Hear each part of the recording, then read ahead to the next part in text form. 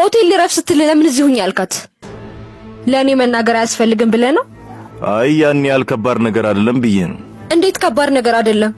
ስሟን እንኳን በቁጡ ማላቃት ሴት ቤት ስታርፍ ከባድ ጉዳይ አይደለም? እኔም እኮ አስቤበት የሆነ ነገር አይደለም። ስንት ሀገር አቋርጦ እንግዳ ሲመጣ እንዴት ዝም ይባላል? ሆቴል ልረፍ ስትል ለምን እዚህ ሁኝ ያልካት? እንዴ ፍቅርዬ፣ ሳምሪ እኮ የኔም የታባም የልጅነት ጓደኛችን ናት። ብዙ ክፉና ደግ አብረን አሳልፈናል። ቤተሰቦቿ ቤተሰቦቻችን ናቸው። እና ስንት መልካም ነገር አብረን ያሳለፍን ሰዎች ዛሬ እኛ እያለን እንዴት ሆቴል ትይዛለች? ልጅቷ አርፋ የምትቀመጥ አይደለችማ። ምን አልሽኝ ፍቅርዬ?